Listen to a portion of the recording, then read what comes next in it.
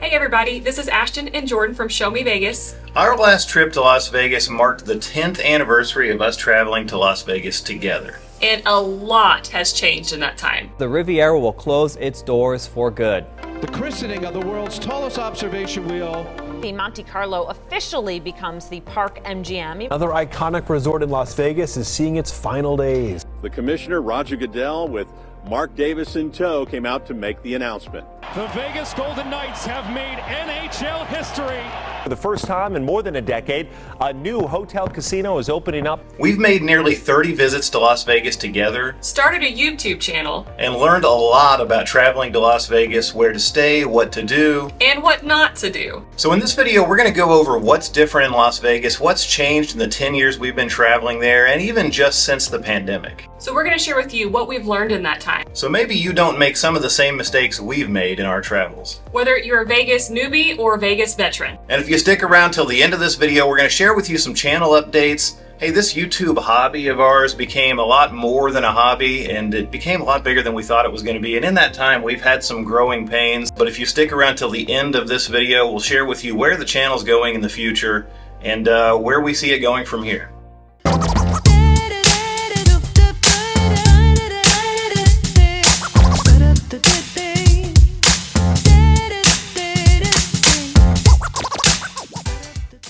So our first example on how Vegas has changed in the last 10 years is number one, how much more expensive Las Vegas is. Yes, you can make Vegas cheaper, but it's still not a cheap destination anymore. The prices have skyrocketed from rooms to meals to cocktails. In fact, we made a vlog last fall detailing what we spent on one of our trips, and the results actually shocked even us. Now again, you can do it cheaper than that, but if you want to have a true Vegas experience, it is quite pricey these days. Gone are the days when you could go to Vegas and stay in a 4-star hotel for $50 a night, find inexpensive food in every hotel, and play $5 blackjack wherever you went. In the past 10 years, and even more specifically just since the pandemic, prices in Las Vegas have skyrocketed.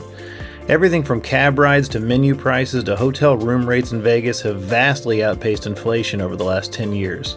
In 2013, the average price of a cocktail at a Vegas strip lounge was $12 to $14. Today, you're lucky to find a cocktail at a nice restaurant or a lounge for less than $18, and in a lot of cases, they're as high as $22 or $23. But the difference in hotel room rates is even more pronounced. Based on the last data that's available, at the end of March 2023, the average room rate in Las Vegas reached $213 per night, an all-time high.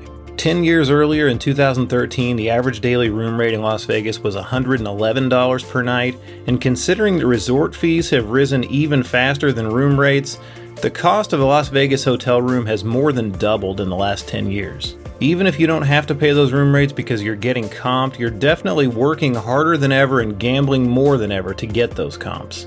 It seemed like a lot of the higher prices in Vegas had to do with pent-up demand after the pandemic, but even as the pandemic gets further in the rearview mirror, rates have not eased, and judging by the high occupancy rates on the Strip, neither has demand.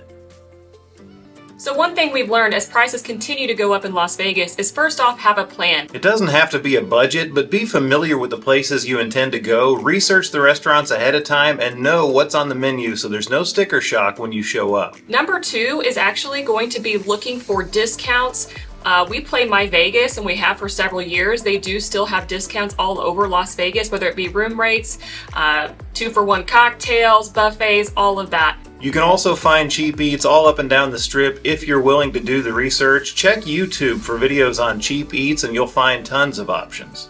Finally, one way to ensure you're not overpaying in Las Vegas is if you've booked your room through the hotel directly, you can always watch rates as your trip gets closer. Keep an eye on those room rates, especially if you booked your room far in advance. If you've booked directly with the hotel and the room rate does come down, they will almost always reduce your rate to avoid you canceling and just rebooking anyway. So another thing that's changed about Vegas since we started going is the actual physical city itself. It's ever evolving, ever changing. If you've been going to Vegas a long time, you know that. Whether it be a new resort going up, an old resort going down, all the new shows, or shows that have gone away. The physical changes to the Las Vegas Strip in the last 10 years, or especially if you go back 15 years, are almost too many to count. Just since 2008, the Strip has seen the addition of City Center featuring Aria, Vidara, and Crystals, the Cosmopolitan, Resorts World, the Lucky Dragon already came and went, the Sahara closed and reopened as virtually a brand new hotel, and even a Vegas icon in the Riviera closed and was demolished. And in the near future, yet another Vegas icon will go away. The Mirage is going to be replaced by Hard Rock, and the famous Volcano will be replaced by a guitar-shaped tower. Hopefully late this year, Fontainebleau will finally open to anchor the new North Strip. Some changes are always good and some inevitably bad, but one thing is certain about Las Vegas, it will never stand still. So something we've learned about all the changes to Las Vegas, especially for those people who don't go as frequently as us, is if there is something that you are wanting to do, whether it be a restaurant, a show, or even going to an actual resort, go ahead and plan on doing it, because as I said before, Vegas is always changing, and a lot of what used to be there when we had started coming is not there anymore. There are so many shows that used to exist that don't exist there anymore that we really wish we could have seen before they went away. So if there's somewhere in particular that you really want to go and visit, my advice is to go and do it, because you never know if it's going to be there next time you're there. Something else that continues to change about Las Vegas, and even in the time that we've been going, is that Vegas is no longer truly a gambler's destination. In fact, it's probably not even the best place in the country to gamble anymore. Decades ago, Vegas wasn't just the best place to gamble in the United States, it was the only place. These days, casinos are virtually in every corner of the US and with considerably better odds. In fact, just the last 10 years has seen a dramatic shift in player-unfriendly rules at Vegas table games, and even a slight shift in slot payback percentages. 6-5 blackjack has become pretty much the norm on the Strip by 2023 unless you're playing at a higher limit table. Craps tables everywhere are gradually reducing odds bets, and let's not even get started with 000 roulette. Those are just some of the reasons why, if you're truly looking to stand a chance against the house, you're better off at your local casino than you are in Vegas. The trends seem to paint a picture of casinos that realize they have a captive audience and gamblers who really aren't paying attention. Despite increasingly unfriendly odds, the state of Nevada continues to set new gaming win records in favor of the house. Does that mean you shouldn't gamble in Las Vegas? Well, not exactly. So one thing we've learned about gambling in Las Vegas over our 10 years of visiting is that gambling needs to be purely for entertainment purposes. Most Vegas visitors are not hardcore gamblers anymore, they're just there to have fun. Don't chase comps in Las Vegas, that's a losing game in the end. Early in our travels to Las Vegas, we did find ourselves gambling, trying to level up in the Players Clubs, thinking that somehow that was going to come back to us. Players Clubs in Las Vegas work purely on math, and in the end, they are going to get the better of you. That's the truth about Las Vegas. We're the only winners. The players don't stand a chance. So those are the biggest changes we've noticed in our 10 years of traveling to Las Vegas. It's not an exhaustive list because that list would be far too long. And there are definitely things that if you haven't been to Vegas in 10 years, you would notice if you went back. They sound kind of negative. Does that mean we'll be traveling less to Vegas in the future? Absolutely not. We still have just as much fun as we ever did. We just do it a little bit differently than we did 10 years ago. Now, at the beginning of the video, I promised you some channel updates, and I mentioned the growing pains that this channel has gone through. So when you live 1,500 miles away from Las Vegas, sometimes you have to make trips that are a little bit more unconventional.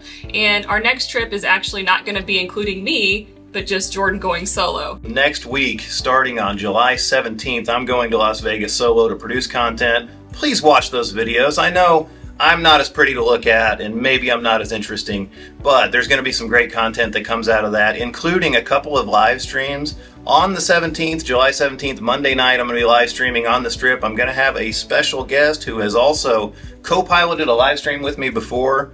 Great guy. You're going to love that stream, and there probably will be one other. After that, we should have plenty of Vegas content for you so we can get back to those weekly uploads. We'll be back in Vegas together, hopefully in September, and hopefully again before the end of the year, because Fontainebleau is supposed to open in December. We still don't have a date on that, but we are going to try our best to be there together for that one, because that's going to be an epic moment for Vegas. And I just want to thank everybody again for subscribing to our channel and making it into something that we never thought it would be. Absolutely, it's been a blast, and it's been so much more fulfilling than we even thought it could be.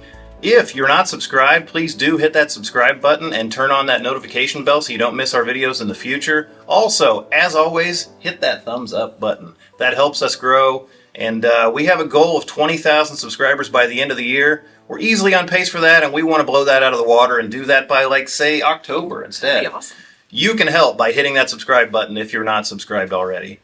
All right, that's it for this one, guys. Thanks, as always, for watching. We'll see you in the next video because there's always more for us to show you On Show Me Vegas. Bye, guys.